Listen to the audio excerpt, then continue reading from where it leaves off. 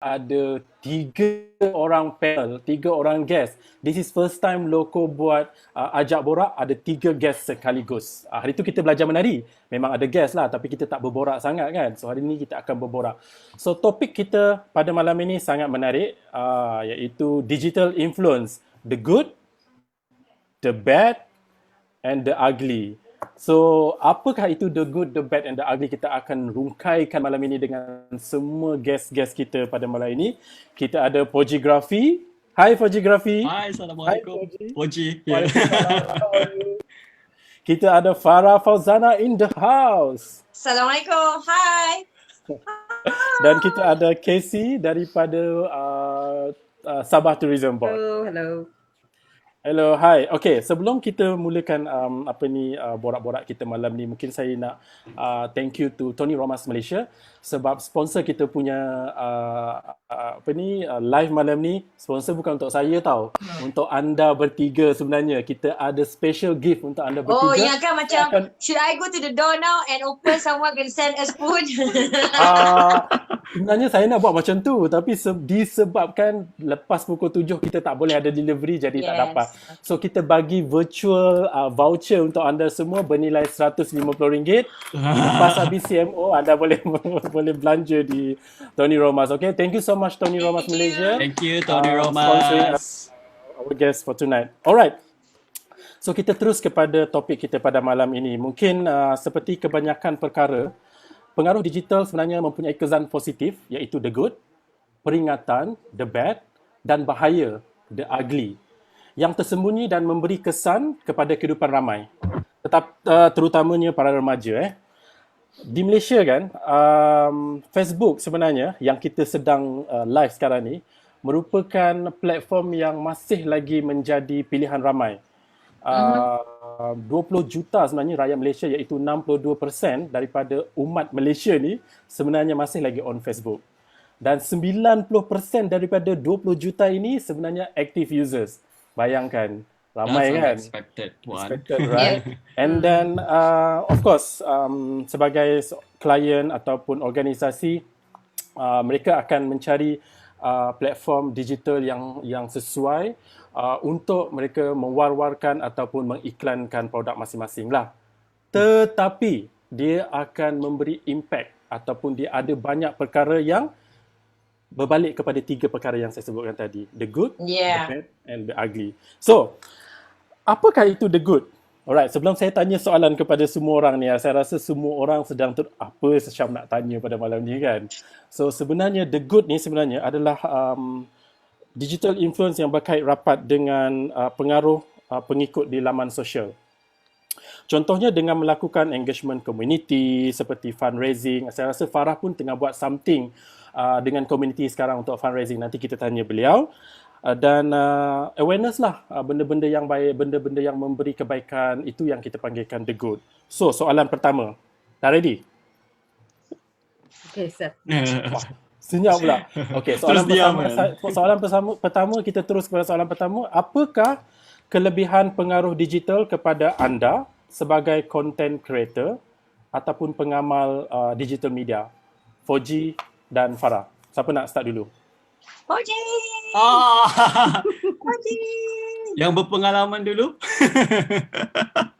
Silakan Pojie. Okay, so saya tak adalah pengalaman sangat dalam in content creation, tapi it's been nearly 3-4 years. So for me, content creation is something that people enjoy entertainment kan nowadays, but if you are looking for quality punya content, kita bagi benefit dekat orang. It doesn't necessarily need to be in academically, tapi kita macam right now, MCO sekarang, orang banyak buat resepi-resepi, video-video resepi, which is orang yang tak tahu masak, dia boleh masak. And then, maksud saya kalau content creation ataupun content yang bagus tu is kita bukan sahaja publish benda, tapi kita bagi benefit ataupun value dekat orang yang tengok content tu. That's from what I understand and what I always apply lah bila kita nak buat content dekat digital platforms. And how you make sure you punya content tu adalah good content? You know, sometimes along the way bila you nak buat content tu, you terlupa, you know. Then how you ada ke tips ataupun do and don'ts untuk membuat sesuatu content tu supaya you tak tersasar? Oh, okay. Do and don'ts tu nothing much, tapi more like guideline. Tapi because kita dah selalu buat, so benda tu dah macam jadi habit and kita dah macam automatically tahu dah apa benda kita kena buat. So first thing first, before kita nak shoot atau kita nak buat content tu, kita akan tanya ourselves, apa yang orang tengok video tu, apa yang diorang akan dapat from our video, and we put ourselves dekat audience tu. So meaning that kalau kita nak tengok, contohlah kan, kita tengok account pasal travel ataupun pasal makanan. So contoh pasal travel. So pasal travel usually kita bukan nak tengok diorang punya lavish lifestyle je. Kita nak tahu macam how to get there, berapa banyak kita belanja. So that's what I meant by value yang kita bagi dekat audience. So kita just usually I just hold to that pillars in order to buat content lah. Yeah. Dan So, kalau flight cancel, apa cerita, kena dapat accommodation ke, thank you. I True. memang stop your ID.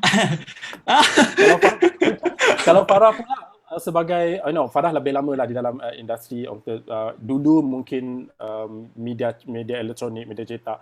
Sekarang ni dunia digital. Saya rasa dia punya asas atau dia punya fundamental tu sama saja. Tapi macam mana Farah pula apply benda tu di dalam dunia digital? Kerana dunia digital ni dia lebih dahsyat dia punya Yes, lebih dahsyat dia yes, punya impact betul. dia. Exactly, sebab selalu orang cakap macam you pun cakap tadi macam lama. Saya sebenarnya sejujurnya saya pun adalah antara BBNU di dalam dunia digital. We are very much new, about less than 2 years. Me, Faizal and Tini create brand di bilik. Yeah, like you said, digital ni sangat cepat. Rasa macam kita baru nak shoot, kalau boleh nak shoot hari ni, kejap lagi nak keluar. Tak sempat. Kita pun macam dah orang lain dah buat. But again, betul, apa yang kita nak buat tu kadang-kadang it's not about kita nak buat suka-suka kita.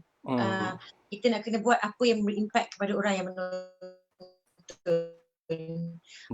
In fact, malam ini saja kalau kita buka dari segi Twitternya, ni antara yang famous lah, saya sebut lah Twitternya, dekat Facebook dan juga Instagram, kita ada banyak platform dengan pelbagai channel. Contohnya kata Pojie tadi, nak masak, bosanlah masak, kita buka ni. Yang ni pula all about education, mengaji ke, semua e-learning. Bosanlah asyik belajar. Yang ni pula minta lagu. Betul. True. You know, minta lagu. Benda kita And minta then lagu ada dengan juga Farah, okay? yang sesi macam just for a place, because saya ada tengok beberapa live yang it's just a place in case you're lonely, you can talk to me. You know, these people, I would say this influencer use their platform to tell if you're alone at this particular moment, I'm here, let's talk. Macam itulah. Jom borak. Yay, True. jom borak. Ya betul, sebab kita ni, tak tahu Farah duduk sendiri ataupun duduk dengan keluarga sekarang ni. Saya ada kontak kawan-kawan saya yang duduk bujang atau duduk sendirilah. Kesian, dia tak ada siapa nak bercakap kan. At least saya ada housemate macam tu. So at least kita ada contact dengan human to human. Tapi orang duduk seorang ni, ini yang penting untuk kita tengok apa yang diorang sedang lakukan. Nanti tiba-tiba pula senyap aja kan. So don't forget to call your friends, okay, during this MCO. Alright, untuk Cassie pula, okay, untuk pengetahuan semua, Cassie merupakan digital and communication manager untuk Sabah Tourism Board. Saya nak tanya soalan. Okay, sebelum saya tanya, saya nak bagi statement satu lah. Sabah Tourism Board has won several social media awards, namely Social Media Awards in 2017. Okay, yang ini saya terlibat, okay, secara langsung. Okay. Alright, okay. Pojie also terlibat untuk, in case you didn't know, Sandakan, ICYDK Sandakan campaign back in 2017. And where before that also won Best Social Media Awards in 2013. Soalannya, sebagai pengurus digital dan komunikasi Tourism Sabah, bagaimana Cassie menggunakan kelebihan pengaruh digital dalam mempromosikan produk-produk pelancongan di Sabah dan apakah cabaran yang dihadapi?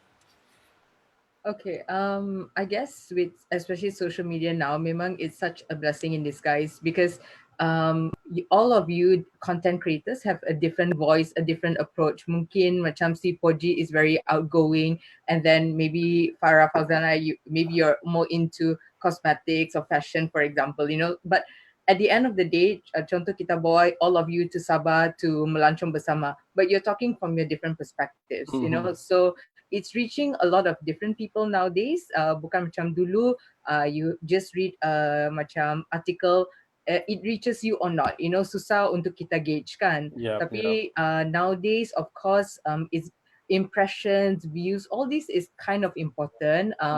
But in terms of a client like myself, you know, when I engage with any of the influencers, of course, we have analysis at the back end. You know, we want to evaluate how far it went, how effective. Kalau sekadar 1 million followers and things like that, of course, it's impressive, kan?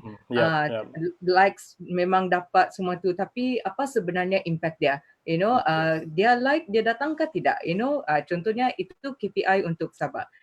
Kita nak how to say, invite people to come and visit Sabah. So we do that through the voices of content creators like yourselves. Cabaran, of course, in the beginning, I would say, you know, bila disturb influencer keluar, there was influencer, key opinion leader, pelbagai-bagai kan. Exactly. Saya pun dah confused dah sebenarnya kadang-kadang. So what are you exactly, right? So apparently now ada memang definition lah sudah apa tu key opinion leader and whatnot. Memang at the beginning there was, of course, teething problem, I think, for everyone. Sebab kita orang tidak tahu what to expect. Macam mana kita mau approach kan? You know, contoh, should I pay Pojie or should I just ask him to come and do it for free? You know, all these kind of questions. Tapi along the way, I think kita semua belajar from our past experiences with all these influencers, you know.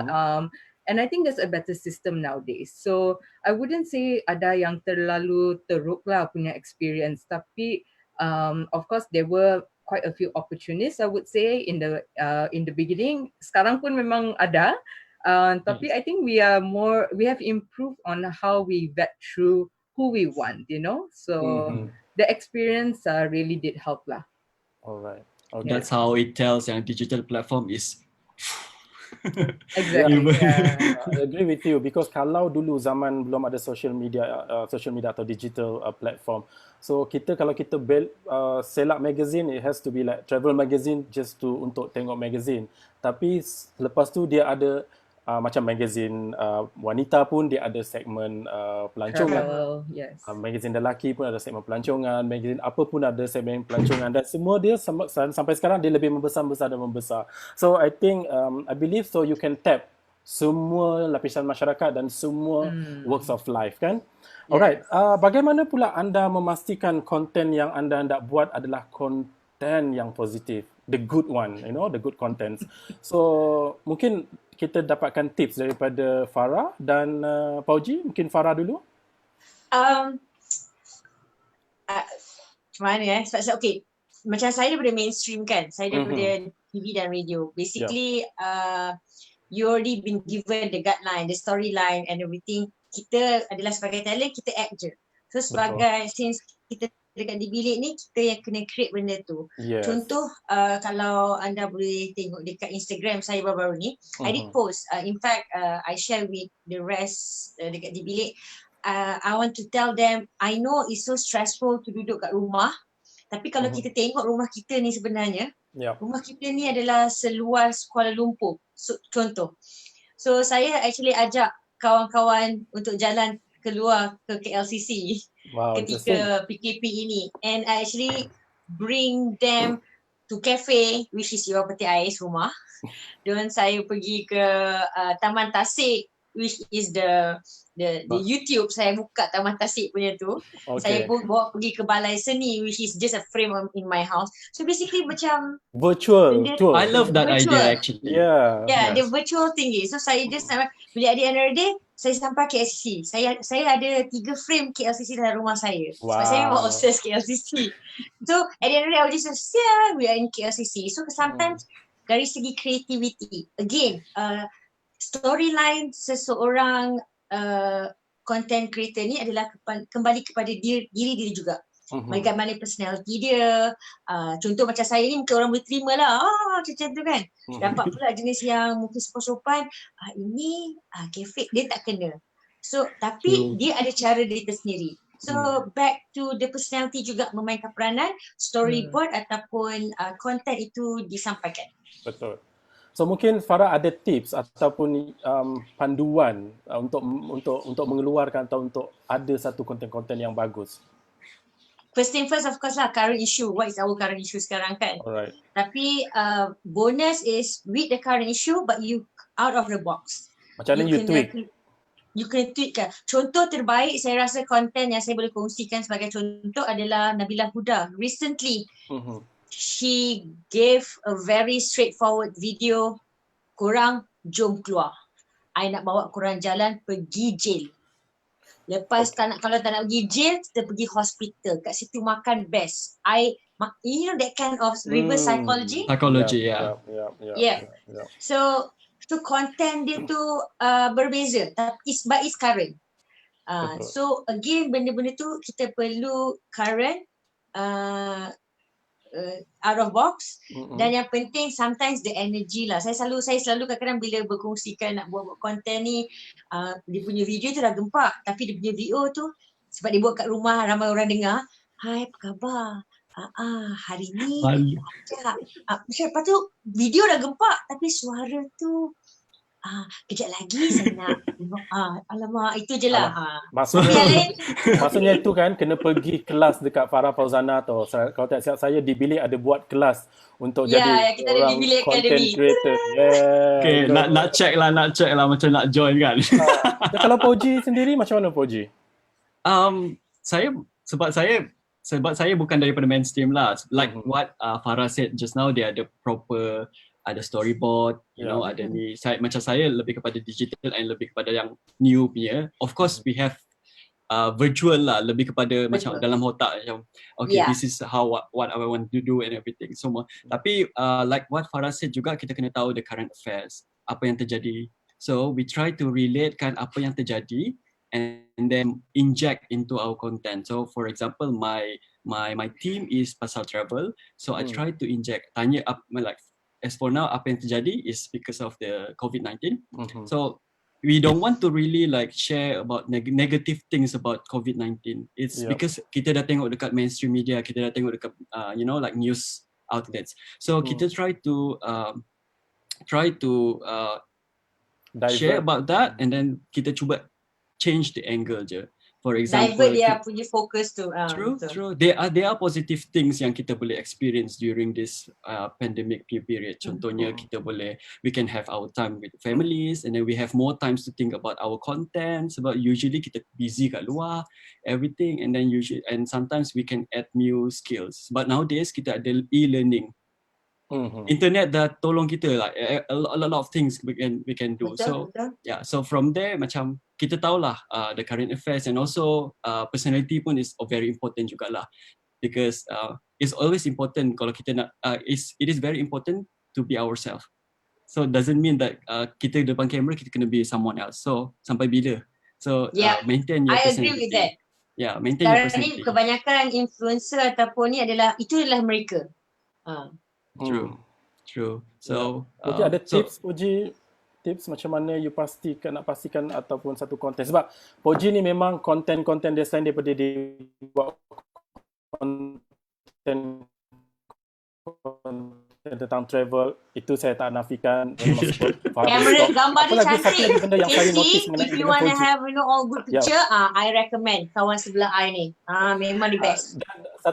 Satu lagi yang menarik tentang Pojiegraphy adalah dia selalu bagi kata-kata nasihat, tips-tips yang berguna di Twitter. Itu yang mahal sebenarnya, bukan semua digital ataupun content creator ataupun bloggers yang boleh buat benda-benda macam ni. Dia boleh share pasal travel, tapi share berkenaan dengan tips berkenaan dengan travel banyak orang boleh buat, tapi kadang-kadang Pojie dia banyak share tips tentang kehidupan. So bagi Pojie, macam mana you dapat inspirasi untuk share semua benda ni?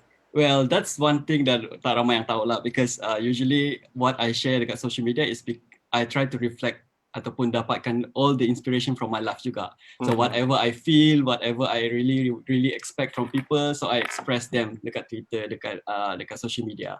So somehow benda tu relatable to people, and that's where people macam gain trust ataupun dia macam okay, Pojie is someone that you can be close with.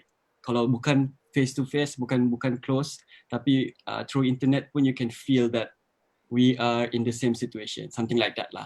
So there's okay. no secret. Terus There's no follow. secret. Berpeluh lah. So yeah, so lebih kepada you from yourself lah juga. So don't force yourself to be someone else. Itu je paling penting. Agree. Untuk Cassie pula, as a client, as a organisation yang always are looking forward to engage and working together with influencer, content creator, key opinion leaders, media, how does macam mana you nak memastikan konten mereka ini adalah konten-konten yang bagus dan you nak pastikan konten mereka ini sesuai dengan apa yang you nak promote? I think first and foremost is the communication from the very start lah. Nowadays, a lot of the influencers come directly to Sabah Tourism, so kita boleh start the conversation directly with them. Kita pun kenal diorang punya personality sikit lah. So of course there's a little bit of that trust established, and through emails and through the request that they give, you can gauge what kind of people they are. Ini yang memang mau cuti free ke ataupun yang betul-betul datang untuk inspire people at the end of the day, we are lucky in that sense that we have that opportunity to get to know them a little bit more before they come. So along the way kita orang akan guide macam ask them, okay, what is it that you want to publish, what do you like to write about, what do you like to experience, then from there kita orang pun yang important is our itinerary. What kind of itinerary we provide to you guys, Kalau contohnya you are not an outgoing person, saya tak akan suruh kamu panjat lah Gunung Kinabalu, that sort of thing. True. At the end of the day, you're probably just going to end up giving me pictures of you either sobbing all the way, or things like that. Kalau mau dramatic sikit memang boleh lah, tapi kita buat itinerary ikut kesesuaian. Dulu sometimes of course there's this idea that what the client wants you have to do. Tapi we realize that it doesn't work that way. It's better to actually understand who is coming, what they want. Contohnya kalau contohlah Sipadan, siapalah tidak mau dive di Sipadan kan? Tapi for us Sipadan is already too popular, so we usually tell them, okay, how about we give you an opportunity to go to another dive site. Sipadan you pergi sendiri, something like that. Betul. They have this, they know the expectation. Itu yang penting juga. Jangan as a client kita pun tidak mau over promise. So itinerary, a very detailed itinerary to tell them, okay, dari Kota Kinabalu pergi Kundasang, duduk dalam bus 1 jam, and then so they can get either generate ideas and things like that. And of course the most important for us is when we assign the tour guide. Itu tour guide actually plays a very important role sebab Sabah Tourism kita orang tidak akan be with you guys with the influence of the trip. We will meet at some point, but the guide is really important. So when we assign the guide also, we are very particular, we know that we can trust that guide, the guide's information is good. Then kita pun senang hati sikit lah. Usually when we establish all that, the deliverables are really positive, are really good. That being said, kita bukannya cakap you cannot write anything negative. Contoh, if you saw something along the way that you dislike or you weren't unhappy about, but I think the fact that because you know the client, you would actually go to the client and express that rather than pergi tembak di social media, I agree. It's like, thank you for giving us the opportunity to improve ourselves rather than you just tembak di social media and you actually don't even know what it is about, how did it lead to that kan. But there are influencers who are like that, right? Ada juga. Tapi like I said lah, because we managed to we managed to talk to them nicely and then understand it better lah. Tapi kalau diorang mau post juga, then go ahead and post lah, because at the end of the day, you can see when they post ni, diorang ni mau aggravate people, So of course, those who want to percaya, diorang akan layan lah berhabis. And then there are some, we leave it to the public, to be like, you defend your kawasan. Let's say lah, diorang mengutuk a certain area kan. Biar orang dari sana yang actually give the explanation. Sebab kadang-kadang orang ingat, kalau sahabat tourism cakap, diorang memanglah mau cakap yang bagus saja kan. Yes. Betul. Yeah. Tapi I kalau di kat Sabah, I punya mission masa lagi tak dapat naik yang kereta api. Hari tu lagi saya mau naik. Ya, Allah. Okay, next trip. Okay, next trip. Yes. You dengan I Pojie. Yes. Kita iklan sekejap. So pada semua yang menonton live hari ini, Ajak Borak, saya nak ulang sedikit. Malam ni kita ada Fara, Fauzana, kita ada Pojie dan kita ada Cassie daripada Tourism Sabah. Untuk kita berborak-borak, kita membincangkan satu tajuk yang sangat saya rasa sangat penting untuk semua orang. Digital influence, the good, the bad and the ugly. Dan korang kalau tonton pada sekarang ni tengah tengok, jangan lupa untuk like dan share live ini, okay? Right. There. Along with the good comes the bad, Ada yang bagus, mesti ada yang tak berapa nak bagus. With all of its benefits, the nature of social media presents a range of potential issue. Dia akan mengeluarkan ataupun akan ada banyak isu lah, yang bagus, yang tak bagus kan. So, contohnya, online versus reality. So, kadang-kadang orang suka portray benda-benda yang elok je di online. Tapi realitinya sebaliknya. Okay? So, benda-benda ni kita akan cuba kupas. Increase usage. Maksudnya kadang-kadang orang ni terlalu lama dekat social media kan. Itu yang kita cuba macam mana, what is the right amount of hours to be on social media? Okay? Addicted. Ketagihan. So, ramai orang ketagih dengan social media. Ketagihan yang bagus atau ketagihan yang buruk ataupun the bad one. FOMO, ini pun salah satu yang terjadi dalam komuniti kita sekarang sebenarnya. Fear of missing out.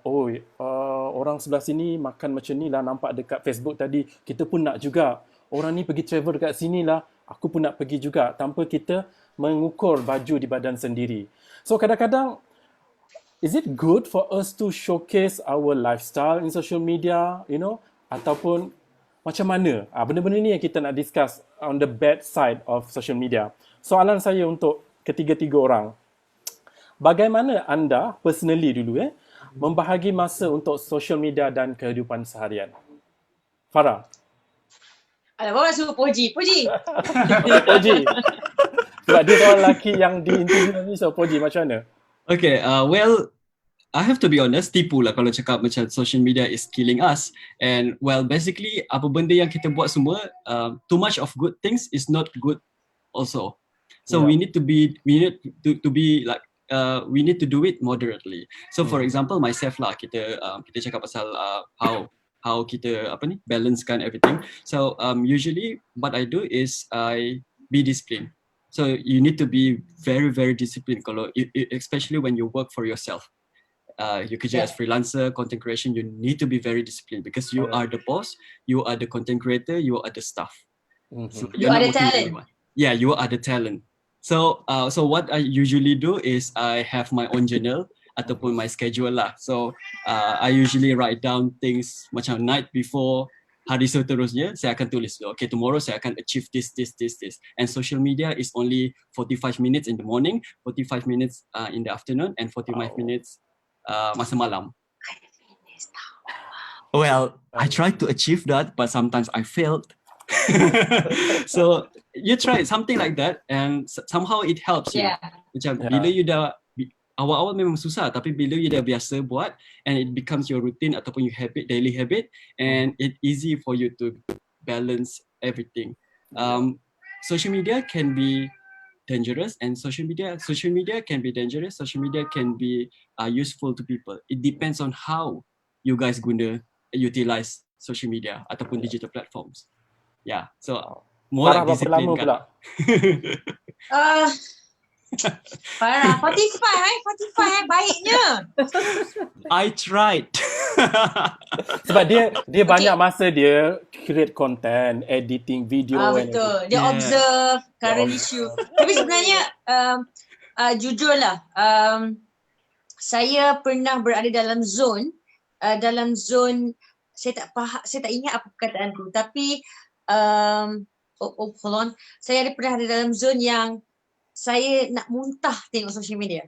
I Oh was at gosh, that zone yes. before. Relatable. And I got, masa tu saya dekat, ini pengalaman Casey, just to share with you. When I was in Hot, I got a memo, okay, from the boss because I did not upload anything on my social media. My Instagram, my Facebook, there's nothing. Sebab pada I macam, I had enough. So I had that phase. Because masa tu, for me, because my main focus was radio and TV lah. So macam media ni bila kena paksa, dia stressful. And then nak tengok, like you said lah, Samsul, apa yang diorang buat lah, yang aku nak kena buat, yang tak buat lagi ni, you know, that kind of thing. So it becomes stressful. So berbeza dengan Pojie because that is what he likes to do. You know, that is his work, so he's enjoying it. So itu ketika itu saya memang sangat stress lah. Tapi apabila saya dah berhenti kerja, dan kebetulan saya sekarang ini kerja saya juga melibatkan diri dalam dunia digital, social media dan sebagainya. You tak boleh lari.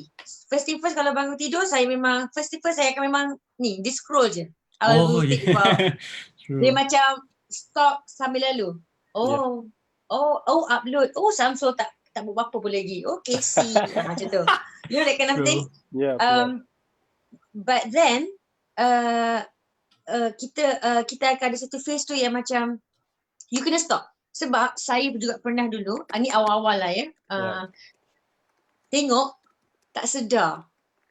Ni bangun pagi, tengah minum ni, tengah breakfast, dan kita pun stop. And you actually don't realize you are on the phone more than you're supposed to be. I was about 2 hours, 3 hours. Lepas tu baru sedar macam, alamak dah lambat. So which I agree with Pojie cakap lah. Memang kita kena plan. Berapa lama. You kena decide berapa lama nak dekat social media ni. Sebab again, kita bukan tak nak ketinggalan. Cuma kita nak tahu. Because that is the fastest. Sebab sekarang ni nak beli surat khabar lambat. That kind of thing. You know, this is the fastest news. Kalau Cassie pula, personal you, berapa lama you on as you know, because your job also requires you to be online most of the time during working hours. Well, for personally, if I'm at home lah, especially sebab ada anak juga kan, and then sudahlah whole day at work, balik pun of course, you know, they want your attention. So, you know, they really mimic you. Kalau you are the type that spends time on your phone, diorang pun akan minta tab, diorang pun akan minta phone, you know. So memang sometimes for me, I actually love social media. I have to admit that. The takut ketinggalan, the takut ketinggalan is there, to be honest. I think more on a work scale, especially sebab I try as much to keep updated. Tapi sometimes it's too fast. Social media is too fast, and you accidentally miss one important headline. You know, say for example, I was putting my kid to sleep, and then there was a headline that came out, and start lah kena, you know, like, oh, did you know this? Did you know this? And then you start to feel like, oh gosh, I should have known that. You know, why are other people telling you instead? So there's that pressure a little bit, to be honest. But to a certain extent, because we also have lives beyond work and social media, so we just need to balance it and also balance our emotions about it lah. So biasanya I have maybe before I enter the house, in the car, I will quickly scroll sekejap. Then that's my kind of my last. Then I check a little bit in between, mungkin time masak, time makan and things like that. But only after my kid is asleep, mungkin dalam jam 10, jam 9 begitu, I can take a look again. I would spend probably a good 1 hour, I would say, at night to catch up and to review. I think I'm more a social media observer as well, you know, like I have a TikTok account, but saya tidak pakai lah. No. because you have to have all the social media platforms because it's part of I your just job. need to know. You need to know. Yes. So sebenarnya Fara, Cassie and Pojie, korang tahu tak sebenarnya daripada perbincangan ni, fact yang dilakukan oleh satu sumber research di Malaysia, 2 daripada 10 wanita spend more time checking their social media account tau than men. Spend more than Interesting. 9 hours per day. Abang kena faham. I check lebih, I nak check malam ni resipi abang nak makan apa. Kan Casey kan? Yeah. I didn't say it's a bad thing. So I just saying that two out of 10 women spend more time, and then compared to 1 out of 10 men. Okay, that's us, Pojie. Just us. Good answer. Alright. This is not tak ada yang betul, tak ada yang salah. This is, I think Fara also have a very good justification dekat situ. Maybe sebab wanita banyak nak check itu, check ini, nak shopping untuk keluarga, so and so kan. So this is the thing yang sebagai pengguna social media kita kena pandai. Sebenarnya bila kita bercakap tentang the bad and the good is come from us and come from the social media itself. Sama ada kita macam mana kita nak jadikan dia bagus atau kita nak jadikan dia sebaliknya. Kita stop sekejap berkenaan dengan topik kita. Kita ada special, bukanlah special, kita ada soalan-soalan untuk Fara, untuk Pojie dan untuk Cassie juga. Okay.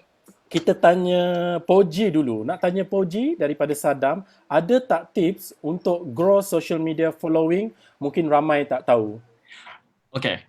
I'm not the social media expertise and then bukannya certified ke apa, but it's based on my experience lah. Yes. Okay. Lebih orang kata lebih original, lebih authentic. Yep. So what I've learned throughout my journey is kita kena know ourselves. Kita bukannya celebrity, kita bukannya artis, kita bukannya apa. So everything that we share needs to be something yang bagi value. Again, back to what I said before this, kita kena bagi value dekat orang.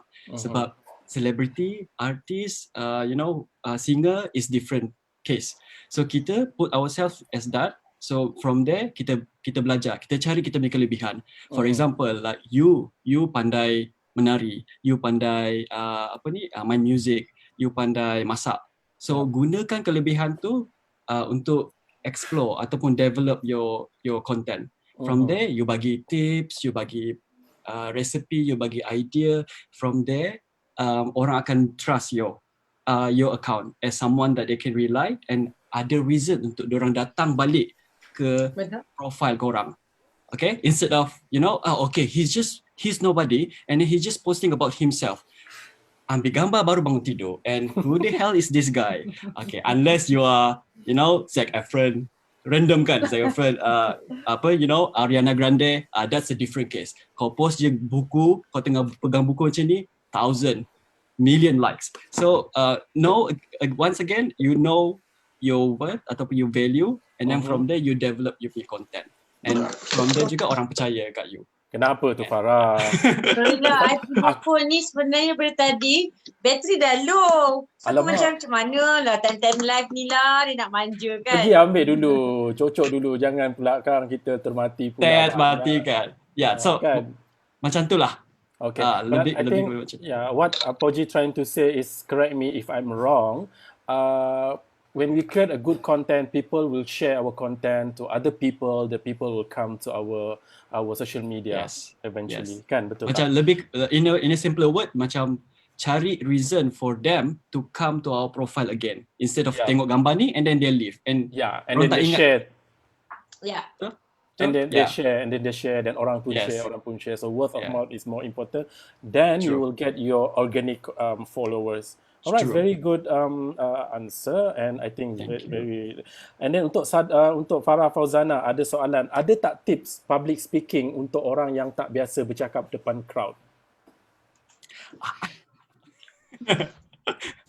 Anak tips ni. Rasanya dah banyak orang tanya, so malam ni kita tanya lagi lah. Sorry lah kalau soalan ni.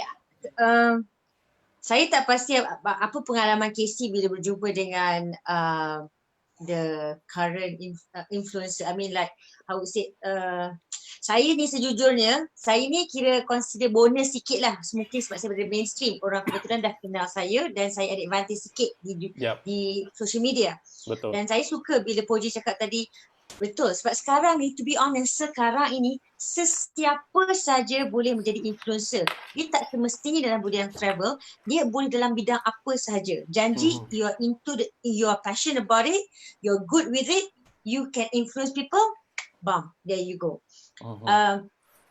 At the same time, cuma bila sebut pasal public speaking, ada juga rata-rata kebetulan saya cakap ni melalui pengalaman lah. Sebab of course, sebab saya sekarang ni, to be honest, I'm at the position of separuh talent, separuh pun macam client. So I pun akan mencari. You from the both side. Yeah, okay. Sebab saya pun ada saya punya influencer yang kita nak lah, kita cari siapa yang kita dah perlukan. Kita pun tengok suka, tapi bila kita berjumpa, communication skill dia agak kurang. Dia tidak serancak ataupun dia tidak seperamah seperti mana di dalam social media. Ini kembali kepada online versus reality tadi, one of the masalah. Terus.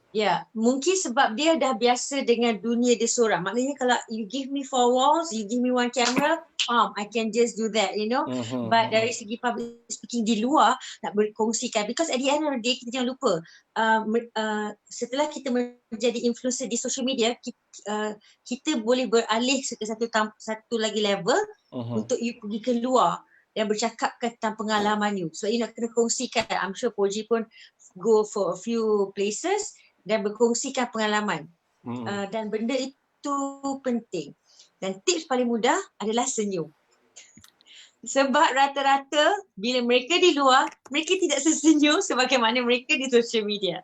Once you smile in front of people, you will have that automatic confidence, and the moment you cakap sama ada dekat atas pentas ataupun you nak berkongsikan pengalaman you. Sebab bayangkan kalau sekarang ni kalau saya cakap straightforward saja, itulah saya pergi hari tu pergi dekat Sabah, dekat Kota Belud, tengok adalah tu muka pun macam straight, tak ada expression kan, cerita pun tak best. Tapi kalau macam kita senyum sikit, hari tu saya pergi kat Kota Belud, dia excitement, dia ada.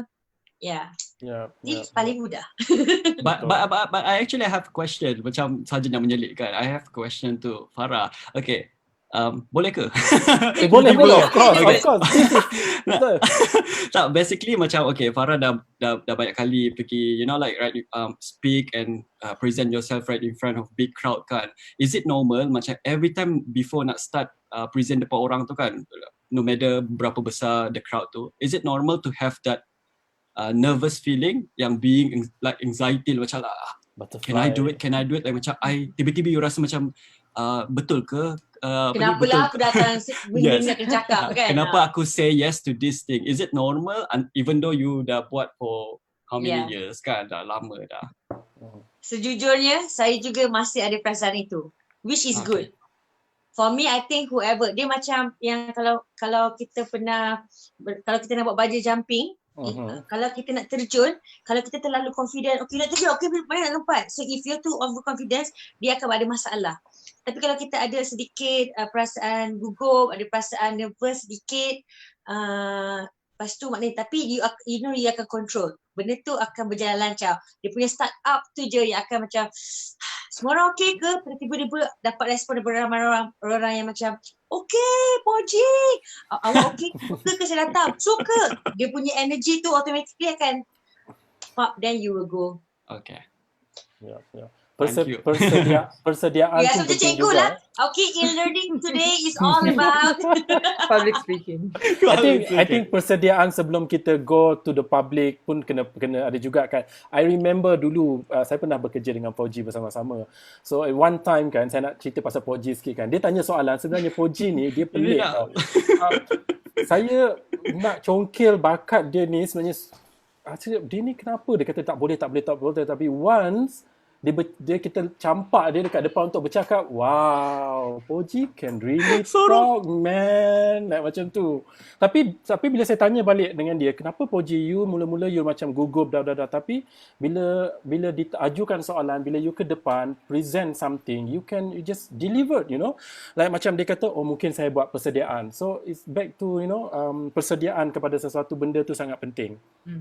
Maybe. Okay, kita ada soalan. Okay, kita serius sangat lah pula kan. Ada soalan yang untuk pasal travel sikit, kita nak bagi dekat Cassie. Cassie, ada orang bertanya ni, tempat mana di Sabah paling underrated untuk visit di Sabah? Tempat best lah, ramai tidak tahu.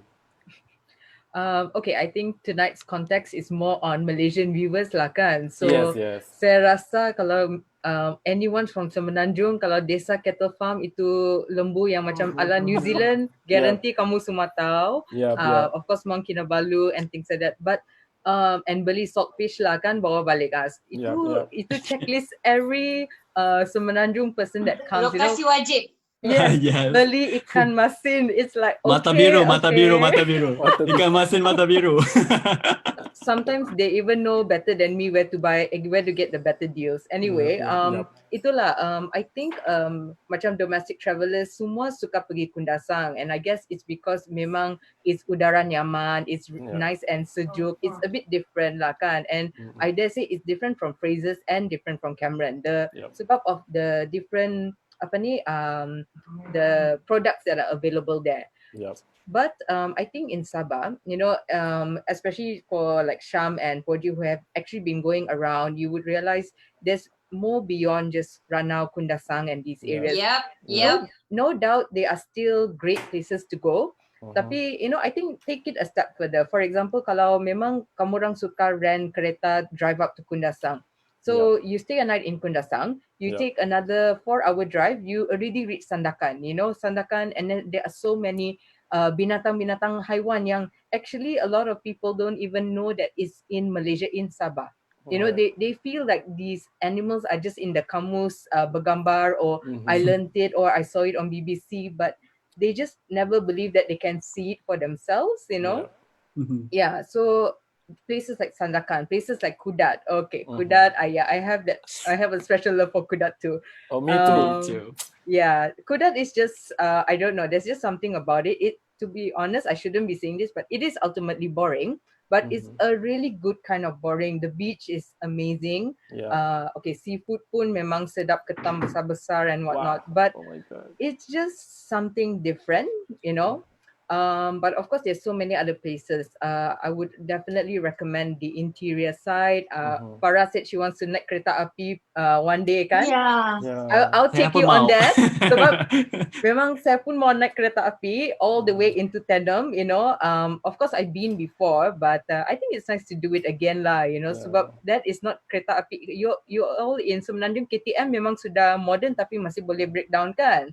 Kita orang punya lagi amazing, okay. It's an adventure on its own lah. And actually surprisingly, as much as people Malaysians know about Semporna, they actually haven't gone. Sebab ada banyak tanggapan juga yang Semporna ni is too mahal. Tapi sebenarnya I think they just need to find the resort which are suitable for their pricing point. So your next trip, all these places, just go beyond go beyond Kundasang lah. That's all I can. Like with Keningau, Kota Belud pun one of the good place juga, Kota Belud. Pulau Mantanan ni. That's the recent place that I actually went lah, basically. So it's quite interesting. It's I mean beyond the usual kan. Usually orang pergi yang dekat-dekat KK tu kan. So Mantanan ni is a bit off, it's popular enough, but it's still quite pristine lah. The road less travel kan. In a way, yes. Okay. Pojie, ada soalan. Pojie pun famous lah hari ni. Pojie ada soalan daripada Nisa Asila. Aku rasa ni kawan dia ni. Dia tanya Pojie, macam mana you dapat idea untuk shoot video and banyak nice footage pada masa travel? Any tips? Betul ni. Ini saya pun nak tanya dengan Pojie juga. Kita korek ni. Fara dengar Fara. Please. Well, kalau ikut saya bicara is it's on how you gather your references. Because prior to the travel? Yeah, prior to the travel. Macam contohnya contohlah I have trip to Kudat. For example, I have trip to Kudat, and then we have bunch of references. Kita boleh tengok dekat Instagram, kita boleh tengok dekat website, kita boleh tengok dekat YouTube. Because kita bukannya artis yang like boom, dah macam establish yang tengoklah sebut je terus boleh buat dalam kepala. So we need to have preferences. Kita tengok kat Instagram tag location tu kan ada tag location tu. So dia boleh check macam all this ada creators pun dah buat content dekat situ. So you try to ambil idea dia tapi you develop itu your own. On top of that, lebih kepada planning lah. Senang cerita lebih kepada planning. Kita kena tahu apa kita nak shoot, kita kena tahu Buat storyline, you nak yes, buat buat. storyline, and then kita nak tahu juga macam mana nak macam mana to make it more appealing and more relatable to our audience. Instead of kita tunjuk macam, hi, saya bercuti, saya tidur kat sini, saya kat ini, which is not relatable to our audience. Dia rasa macam, orang ni, dia nak bagi kita rasa macam travel dengan dia ke, ataupun just nak tunjuk yang, I'm rich, I can travel the world. So, you know, those kind of things. Lebih kepada you do research, you tengok konten-konten yang lepas, and then you plan. From there, I have one thing to add about taking pictures actually. From a client perspective lah kan. Memang okay, it's really great that Pojie said you do research. So because you don't have so much time when you're at a certain place, so you need to know. Okay, these are the angles I definitely want to capture kan. Tapi ada yang buat terlalu unrealistic. So that okay, for example, you go to a hotel, you tarik itu selimut semua pergi the tingkap. And then sometimes I also wonder, ni gambar mana satu ni hotel di Sabah, dia punya katil di sebelah tingkap. It's so beautiful. Tapi until it got me thinking, you know, I've been to so many hotels.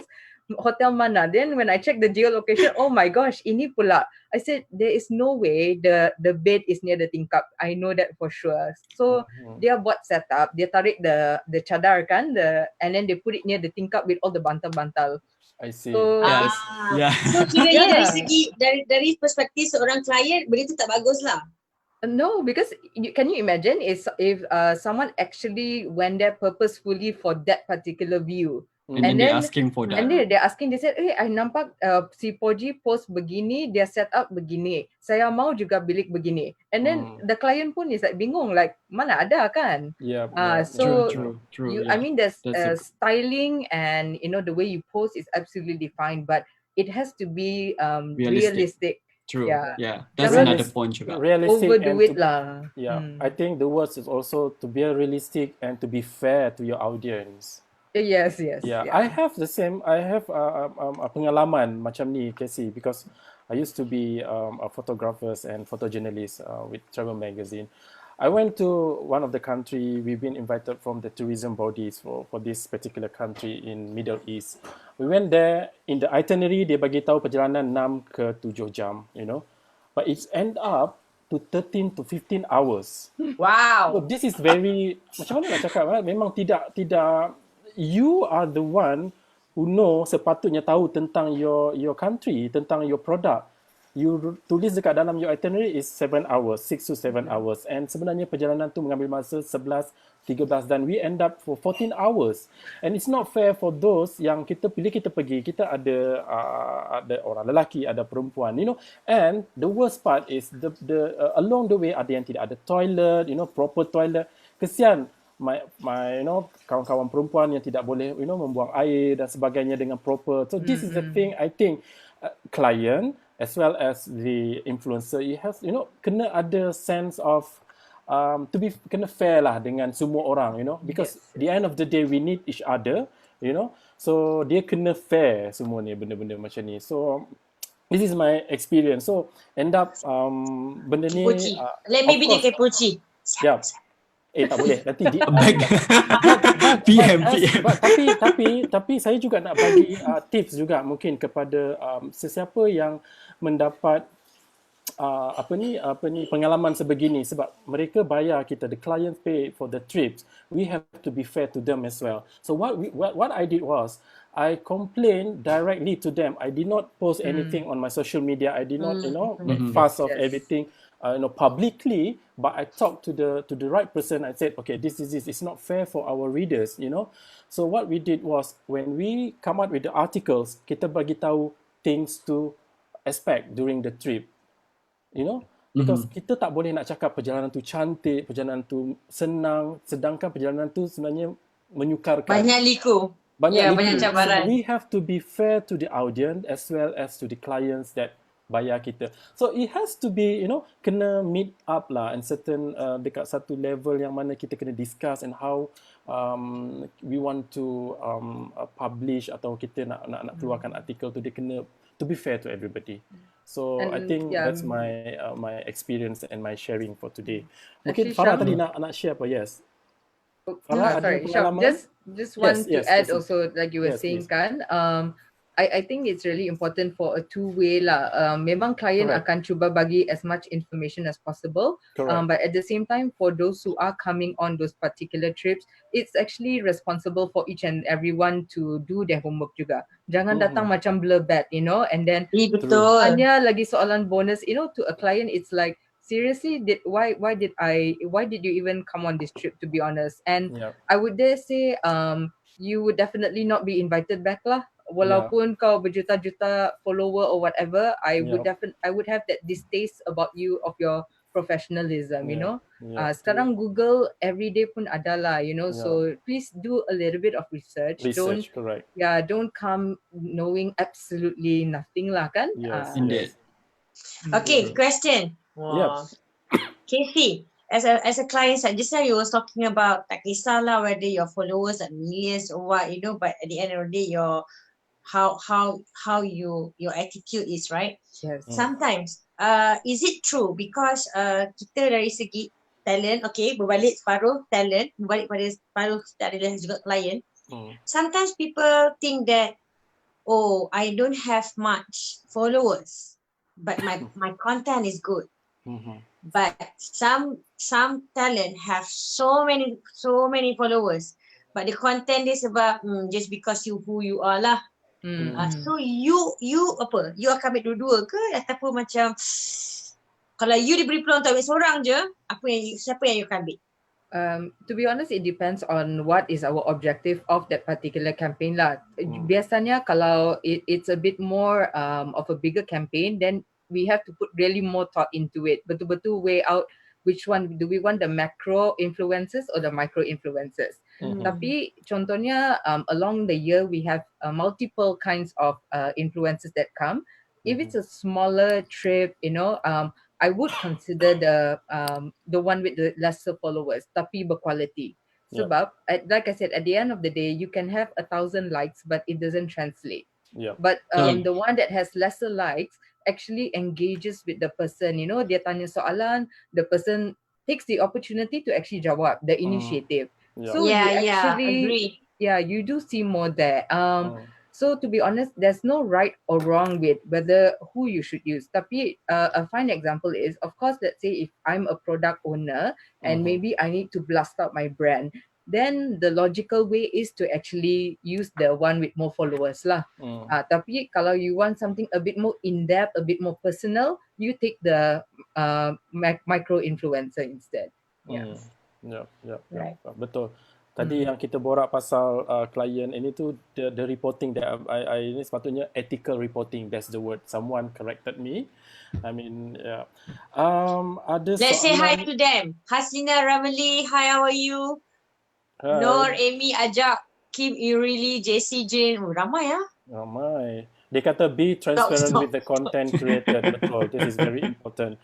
Alright, I think kita dah hampir dah 1 jam. So I kena ambil lagi masa korang because sangat rancak. Boleh maybe 10 to 15 more minutes. Kita belum habis lagi. Okay, we going back to our topic today. So now we are going to the ugly part of social influence. So of course, malangnya ada sisi hodoh terhadap semua teknologi yang ada yang ditawarkan lah. Walaupun bukan bully ni bukan satu konsep yang baru, tapi media social media ni membawa satu tahap pembulian yang to the next level. Mangsa bully. Okay, so kita nak tanya Farah sebagai mangsa bully di social media. Sebab saya ada juga bertanya beberapa orang mangsa-mangsa bully, mereka sampai tak berani nak bagi komen sebab mereka takut komen-komen mereka ni akan menjadi sebab untuk orang bully mereka lagi tau. So this is very bad, but I think yet we are still fortunate dekat Malaysia tak ada lagi orang bunuh diri, unlike dekat Korea kan, artis yang kena bash kenapa sampai bunuh diri. So we don't want that to happen in our country. Alright, soalan dia, contoh-contoh posting yang kurang baik mungkin because Cassie, on your perspective as a client and as a content creator, Fara and Pojie, mungkin boleh bagi contoh-contoh posting yang kurang baik dan berbahaya dalam konteks masing-masing. Cassie dulu. Okay, maybe since bullying wouldn't be on a personal level, but let's say about our destination, lah, for example, there are some people who would just simply bash the destination atau Correct. spam lah. And these are not bots or anything. These are actual people who just have, I don't know, too much free time mungkin. So the thing is, we cannot take it too personally. That's number one. Yeah. And for Sabah Tourism, all our social media is manned by human beings, actual people. You know, we Yeah, don't use auto responses. We don't use Yeah. bots. Cassie, So one of them. I am one of them. In fact, I'm proud to say that all of us who are managing it are all mothers with young children. Wow. So can you imagine the level of like, you geram with your anak, you had a bad day, and then yet you had to be diplomatic and answer. There is so Correct. much Respect. of balancing Yes. you have to do. Yeah. So it's really interesting. So what I can say is, with people who like to say spammy things like that, you just have to ignore them to a certain extent. Alright. Let the rest of the people help bash them up lah, you know, online. Yep. To a certain extent, I do not feel bad to actually just block them because they're useless. You know, they're useless to my page views. They don't do anything, and it's harmful. It's not how to say, positive criticism. Yeah. So I wouldn't feel bad of blocking and losing one particular follower. Yep. So Yep. yeah. Wow, that's a very good answer from a client perspective. Dengar tu, Pojie. No lah, Pojie is a good kata-kata. Never do that. Alright, mungkin Pojie dengan Fara, mungkin yelah, Pojie dan Fara tak adalah buat konten-konten berbayar, tapi mungkin pernah nampak konten-konten yang tidak berapa elok, yang mungkin ke arah yalah, tak baik lah. Mungkin macam mana anda melihat, macam mana anda respons. Mungkin kadang-kadang kawan-kawan kita juga, mereka mungkin share something yang tidak pasti, share something yang belum confirm. Macam mana kita respon, macam mana kita nak bagi tahu dia, hey, stop sharing things that you tak tahu dari mana sumber dia, tak tahu dari mana kesahihan dia. So how do you deal with this? As for me, kalau selalunya lah, kalau dekat Twitter for example, saya hanya akan retweet benda itu dari source yang saya pasti itu adalah daripada berita yang benar. Contohnya tweet itu adalah daripada Twitter Awani, for example, bernama TV3, ataupun daripada individu yang dari organisasi seperti itu. Saya memang akan confident. Macam apa sekarang ni, the latest update ke ataupun pasal COVID sekarang ni kan, so saya hanya akan retweet saja benda yang saya rasa ni. Tapi kadang-kadang kita rasa betul-betul. So kalau you rasa you nak retweet or you want to comment, I rasa the best thing is to check balik komen kat bawah. Macam dia bagi tweet, dia bagi statement dekat Twitter for example, dia pun terus jadi viral. Kadang-kadang viral ni tak semestinya betul. It can just be viral.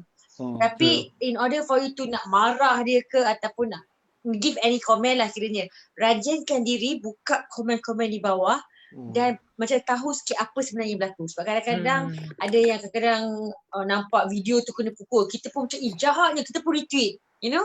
Padahal kat bawah tu sebenarnya macam this is an old video, this is not from Malaysia. So macam yalah, you know, benda-benda yang macam tak membuatkan kita confident tekan. Sebab saya memang antara yang memang akan check. Tapi ada juga kawan-kawan yang bila saya tengok, kenapa dia retweet lah. Lepas tu saya tanya, why? Things happen ke? Lepas tu kita, tak, sebab kawan dia pun perasan. Kalau cakap, you have to either you undo retweet or you have to delete whatever, sebab kita kat dalam line ni sekarang kan. Yup. Kalau Pojie sendiri macam mana? I have to agree dengan apa yang Farah said just now. Always macam kita ni, we hold a bigger responsibility. Even though kita bukan work with organisation, we work on our own, doesn't mean that the freedom we have to, kita boleh just simply share apa benda yang kita nak share. So always check, you know, like factual facts check dulu. So sebelum nak share ataupun nak retweet, nak komen, check dulu. Check news outlets, and then kalau boleh jangan terburukkan keadaan. So for example lah, like very very close example is what we are experiencing now. Di mana kita ada frontliners yang tengah bertungkus lumus trying the best untuk buat to do the best untuk kita ni. Kita pula ada orang duduk kat rumah tu boleh pula nak burukkan keadaan. Ada yang cakap ini kes ni akan menjadi bahaya, jangan duduk jangan keluar, bahaya lockdown lah semua. So things are getting worse. So sometimes I feel from my experience, I nampak lah some people they know that diorang ada strong influence and then dia tak gunakan influence tu in a good way, meaning that they are making things worse. Dia lagi memburukkan keadaan. Macam I hate staying at home. Lepas tu they promote something negative yang orang nak ikut. Like kids nowadays diorang senang nak influence ataupun ikut orang apa yang diorang nampak. So don't make things worse. And then always talk with people. For example, kalau ada orang bash ke apa, konten yang you post tu macam tak berapa kena and dia orang bash, just be cool. Macam Cassie cakap, block them because they are useless. I mean, if what they say tu macam positive, you can take it positively. But if you think that okay, ada tak ada, no different, then get rid of them because it's not positive and it's not healthy for you. So you as yourself, macam you dah present yourself online, you have to bear the cost ataupun the risk of orang akan cakap anything, even though you think that you are 100% right. There are always people out there yang think that you are not right. So saja dah nak kongsi kan. Saja dah nak kongsi from people like me from the mainstream sekarang ni kat digital dulu. Daripada selebriti. Kalau dia tak nak sebut. Kalau kita buat live, katalah kita buat live show, for example lah buat anugerah juara lagu contohnya kan. Kalau dulu nak tahu apa komen-komen, kita tunggu short khabar minggu depan, hari Ahad. Nak baca, nak tengok apalah respon-respon reporter je pun respon ataupun komen. Nervous nak baca. Sekarang ni kau habis je, tak sampailah habis live show, kau masih lagi ada atas pentas, orang dah komen macam-macam. So it's like two different things. You have to bear and be prepared. Betul. How you respond to that, Fara? Orang komen macam baju tak sesuai lah, baju macam tu lah, macam wah banyaknya. Tiba-tiba malam anugerah juara lagu, fashion designer, semua rakyat Malaysia jadi fashion designer.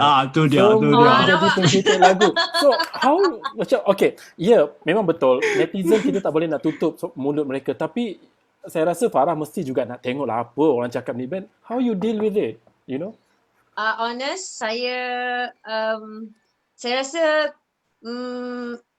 saya diajar ketika saya di Hot FM dulu. Kebetulan when I was in Hot FM, we had this 8TV chat. I'm not sure whether you guys pernah tengok masa kita buat live, macam live radio biasa tapi kita ada live 8TV, that kind of thing. So dulu ada orang hantar SMS, berborak. Sebab saya pernah dikutuk direct. Saya tengah live. Wow. Itu keluar SMS. Dia kutuk di hari saya bangun awal jam 3 pagi untuk buat rambut. Dah aku cantik ni, dah habis cantik. Orang komen kat situ. Buruklah hari ni. Sedih. Hari yang saya bangun lambat, saya rambut ikat je, tiba-tiba macam puji. Cantiknya. I macam, that's the time, I macam, you write or you SMS, you comment, is all about you just want to get response. So when I bring that on stage and live show ataupun in fact di social media lah, kita ada masa-masa yang tiba-tiba orang tak suka ke apa ke kan, you have the power to stop it. Saya for social media, so Instagram for example, nak suruh orang berhenti bercakap, you just off the comment. Because you know that people will talk. Kalau dekat Twitter tu semua, apabila benda tu berlaku, the best thing is just for you to take a break from social media for a while. Okay. Tapi kalau benda tu berlaku, you still want to, apa orang cakap pasal saya it will not help. Tapi Farah sendiri personally pernah tak murung ataupun rasa tak pernah Positif ni bagus. Lagu tu ayam Belanda. Go ahead. True.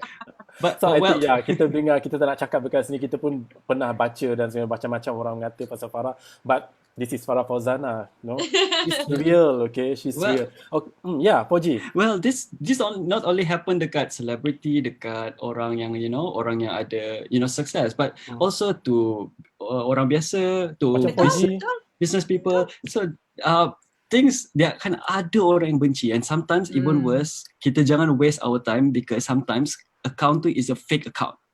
Exactly. Yes, they use fake account and then they use some other personality just to throw hate dekat kita so that kita fall down, kita demotivated. So that's their main purpose. So the thing yang kita boleh buat is bila kita nampak ada komen-komen jahat ni, kita counter them with positive things. So bila kita counter them with positive, positively, diorang akan macam alamak, aku punya objektif nak turunkan dia. Setuju. Yes. So I've dia nak experienced the same thing. Papa ni Yeah. makin gemuk. Lepas tu I pun komen, I tak pernah kurus. Sorry lah kakak. See? Lambat. So dia macam objektif dia tak ada, so dia stop doing it. So that's how you Exactly, counter. Yeah. Pojie pernah tak rasa murung atau apa kena komen? Saya rasa sebab Pojie ni semua orang tahulah dia punya followers bukan dari Malaysia sahaja, daripada Exactly, seluruh dunia international kan. level. Okay. So dia punya makian untuk dia tu bukan dalam bahasa Melayu je, okay? Daripada semua bahasa International.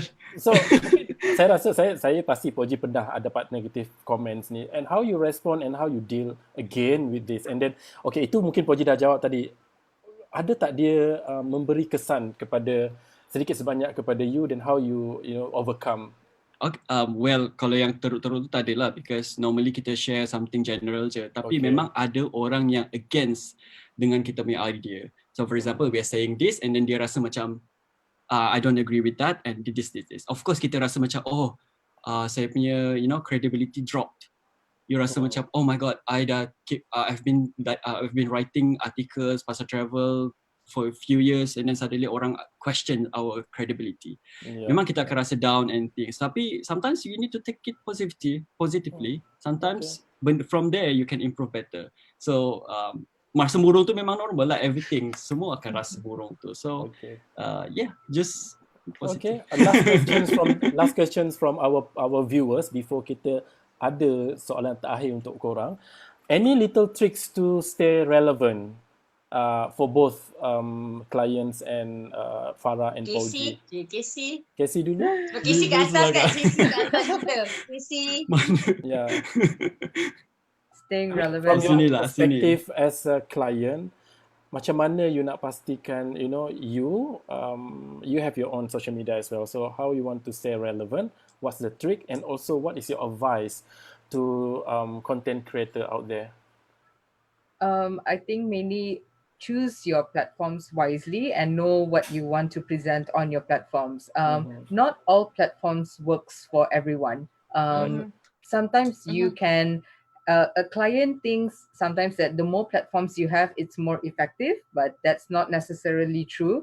It really depends on just who your particular followers are, and the moment you discover who they are, then keep to that channel, because that's where you build your followers, your credibility, and just the way that you present. So orang pun tahu ada consistency with what you are presenting kan. Yeah, so because social media, there's just too many channels now. There's just too many cara-cara, like infographics, carousels that you can't keep up with every single one of it. So yang penting the first thing is know your audience lah, and keep that engagement. That's the most important. And then maintaining your channel, tapi jangan juga terlalu obsedic lah, in the sense of you ada type just post gambar and then caption. I think you also need to evolve a little bit in the technology and the photography skills and things like that. Tapi just know what your extent is so that it doesn't look too overdone. Yeah. Pojie? To be honest, you just need to senang cerita, just keep this in mind. Never comfortable with what you're doing now, because the things, especially the social media ataupun the content world, is changing, evolving like rapidly. So we need to respond to that changes. And I have to pay my respect to Farah Fauzana, because dia daripada mainstream, and then dia tahu that okay, I cannot be too comfortable with in mainstream media ataupun industry. I need to evolve, I need to grow. So dia buat di bilik, which is dia engage dengan, you know, like people on digital platform, social media, especially youngsters. So they respond to that. Again, apa yang I cakap just now is what my point is. Never ever feel comfortable with what you are doing. Always research, always understand the current industry ataupun the current atmosphere. If you need to stop what you are doing and then you need to do something new, then buat lah. As long as you can stay relevant to your people. Because no point you guys buat ni, at the end of the day, orang tak enjoy pun benda tu. Meaning that, you know, orang sekarang dah share pasal online, tiba-tiba you just share pasal, you know, like, okay, so sekarang kita nak plan trip, kita just try, cari kat newspaper, cari kat majalah. But nowadays, you can have online. Even magazine yang dulu-dulu pun dekat online dah. So, respond to that changes.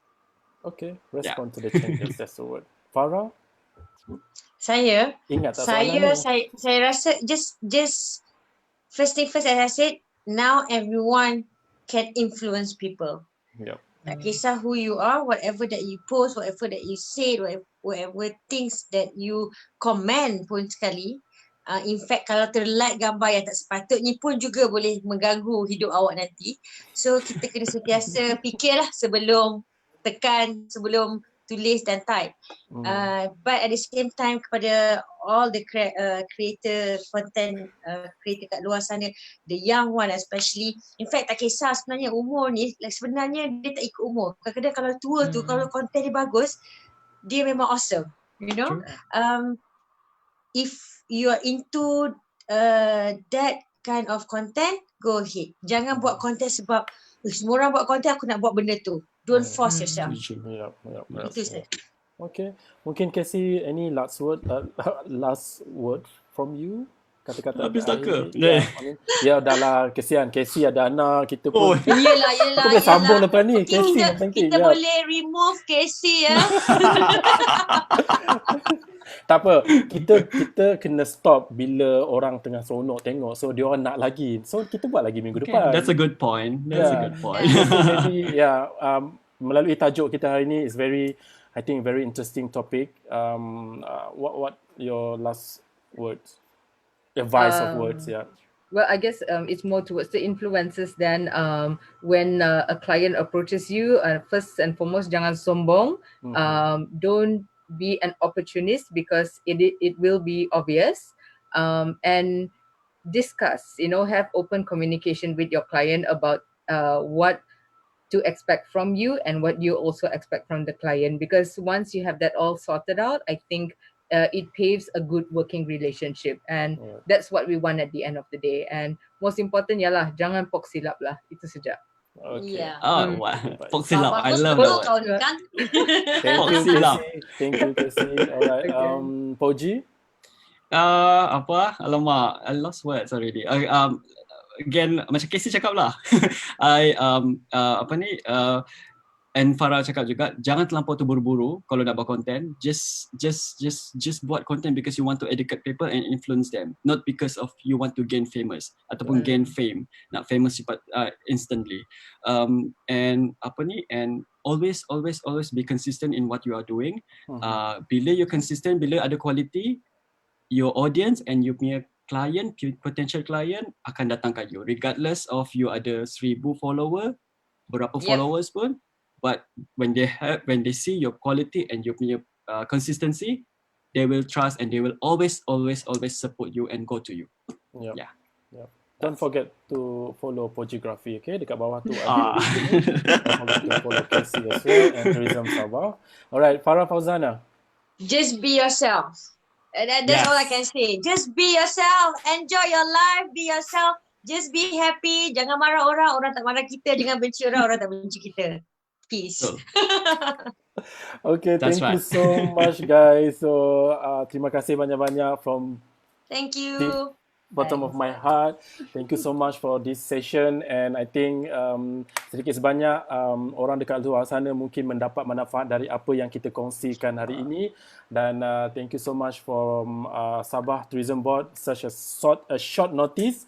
Kita baru tanya semalam, so they replied, I think. Thank you so much for swift response to our request. Farah, Fauzana juga. Sebenarnya saya dah nak tag Farah daripada minggu lepas. Boleh ke tak boleh ni, Farah ni nak terima. So, kadang-kadang kita ni ada prasangka. Dia ambil adik saya dulu. Kita kena ambil hati orang lain dulu untuk dapat hati Farah. Okay, macam tu. And then Pojie, of course, thank you so much Pojie, for being awesome. I feel so small here. Allahu Akbar, janganlah. And then pada semua viewers kat luar sana, kalau korang ada ideas atau ada apa-apa cadangan untuk kami borak di LOCCO Ajak Borak, apa-apa sahaja topik yang anda hendak kami bincangkan, borakkan, boleh komen ataupun boleh DM kami, dan boleh juga ajak Farah Fauzana untuk join sekali lagi bila masa akan datang. Ajak orang sebelah ni. Ajak orang sebelah. Ajak orang atas. Dan, Farah, mungkin ada sesuatu nak cakap pada Cassie? Mau cakap apa dengan dia? Ya, mau datang ke Sabah. Tak nak pergi Sabah, Bah. Dia mau pergi Sabah. Iya, macam ni. Saya mau bagi tahu, saya sebenarnya orang Sabah tau. Saya orang Sepitang. Kau tak percaya kan saya orang Sepitang? Di mana Sepitang? Bunyi saya macam orang Ranau. Sana pergi. Pojie orang Sepitang lah, Pojie kan? Kau di Sepitang kan, Pojie? Ini satu kampung kita ni. Yalah, itulah. Ida pernah kenal-kenal ni. Sumbung bah. Saya ni rumah atas. Okey, saya rumah bawah. Semua datang ke Sabah lah nanti. Casey, hopefully kalau mungkin keadaan ni dah semuanya selesa, dah selesai dan sihatlah kiranya, insyaAllah kita dapat berjumpa di Sabah ataupun mungkin kita patut bawa Casey juga datang ni. Sudah-sudah tu duduk sampai mari sini, datang KL. Mari sini. Okay, terima kasih banyak-banyak semua. So, pada yang menonton, terima kasih banyak-banyak. Please share, like this live session Ajak Borak LOCCO, dan like dan share. Dan kita nak ucap juga terima kasih kepada Tony Romas Malaysia kerana sponsor makanan yang kita tak dapat nak makan sama-sama. Sebenarnya saya kalau boleh nak hantar kepada semua korang malam ni, so kita makan sama-sama sambil borak-borak kan. Tapi disebabkan besok. Kekangan. So terima kasih kepada Tony Romas kerana memberi setiap orang, kita punya guest pada hari ini, voucher food, complimentary food vouchers untuk ketiga-tiga panel kita. Yang penting boleh cuti masak, tak payah nak masak. Okay, terima kasih banyak. Thank you. Bye. Bye, good night.